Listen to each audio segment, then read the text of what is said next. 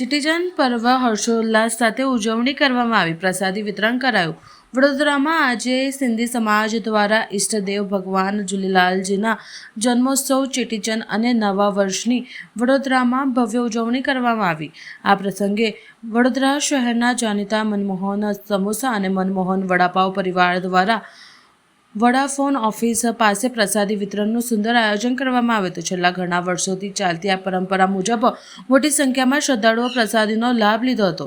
આયોજકોએ સમગ્ર સિંધી સમાજને નવા વર્ષની લખ લખ વધાઈઓ પાઠવી હતી. આજે અમારા સિંધી સમાજનો નવો વર્ષ છે અને ઈષ્ટદેવ અમારા ઝૂલેલાલ ભગવાન ઈષ્ટદેવના જન્મદિવસ નિમિત્તે આજે અહીંયા ચેટીચંદ નિમિત્તે આજે અહીંયા પ્રસાદીનું વિતરણ રાખવામાં આવ્યું છે.